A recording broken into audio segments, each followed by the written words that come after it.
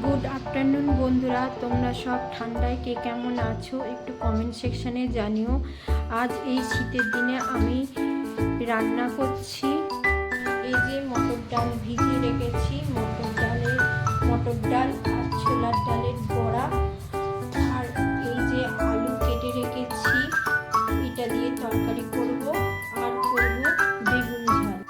এবার মটর ডালটাকে আমি মিক্সিতে ভালো করে বেটে নেব। এই যে মিক্সিতে দিচ্ছি, দিয়ে মটর ডালটাকে ভালো করে মিক্সিতে বেটে নেব। এই দেখো আমার সুন্দর করে বাটা হয়ে গেছে। আমি এবার একটা অন্য পাত্রে ঢেলে রাখছি।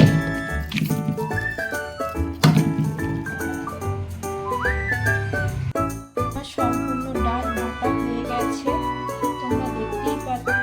ঝালের জন্য আমি সাদা সর্ষে, কালো সর্ষে আর কাঁচা লঙ্কা বেটে নেব। দেখতেই পাচ্ছ বন্ধুরা, আমার সর্ষে কাঁচা লঙ্কা বাটা হয়ে গেছে। কড়া চাপালাম, কড়াইয়ে দিয়ে দিলাম আমি বেগুন ঝালের জন্য সর্ষের তেল, ফোড়নে দেব কালো জিরে। এই যে আমার তেলটা গরম হয়ে গেছে, এবার বেগুনগুলো এক এক করে ছেড়ে দিচ্ছি। বেগুনগুলো এক একে ছেড়ে দিয়েছি। এর মধ্যে এবার দেব নুন, হলুদ।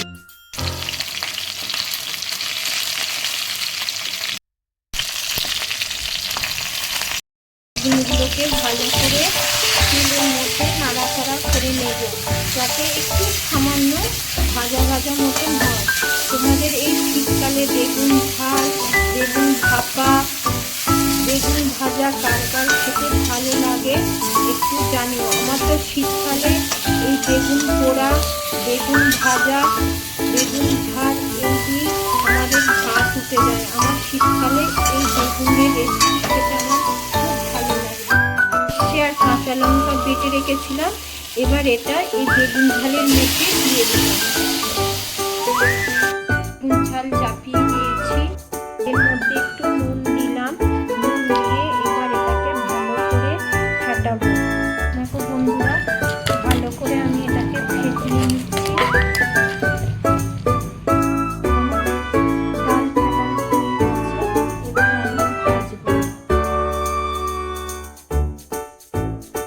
কমপ্লিট। আমি ওপরে এবার ধনে পাতা ছড়িয়ে দিয়ে এবার একটু বেগুনগুলোকে নাড়াচাড়া করে দেবো। আমাদের এই রেসিপিটা কার কার ভালো লেগেছে একটু জানাবেন। আদা আর কাঁচা লঙ্কা হয়ে গেছে, আমার কড়াইয়ে তেল গরম হয়ে গেছে। এবার বড়াগুলো এক একে আমি ছাড়বো। দেখতেই পাচ্ছ বড়াগুলো আমি এক একে ভেজে নিচ্ছি।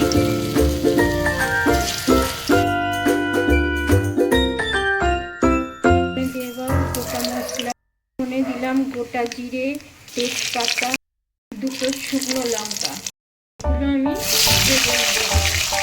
দিয়ে দিলাম। এবার ভিডিওটা কে কোথা থেকে দেখছো তোমরা একটু কমেন্ট সেকশনে কমেন্ট করে জানিও, তাহলে আমার ভালো লাগবে। পরিমাণ মতো নুন, পরিমাণ মতো হলুদ, পরিমাণ মতো জিরার গুঁড়ো, লঙ্কার গুঁড়ো, আদা আর লঙ্কা বাটা, সমস্ত মশলা দেওয়া হয়েছে। এবার ভালো করে আমি এই আলুটাকে কষে নেব। তোমাদের এই রেসিপিটা ভালো লাগবে একটু কমেন্ট সেকশনে জানিও। আর তোমরা কে কোথা থেকে দেখছো একটু কমেন্ট করো, তাহলে আমার ভালো লাগবে। তোমরা যেভাবে আমার পাশে আছো, কমেন্ট করছো বন্ধুরা, সেইভাবে আমার পাশে থেকে হয়ে গেছে। আমি এবার আলুটা সেদ্ধ হওয়ার জন্য পরিমাণ মতো জল দিয়ে দিলাম। যেহেতু আজকে আমার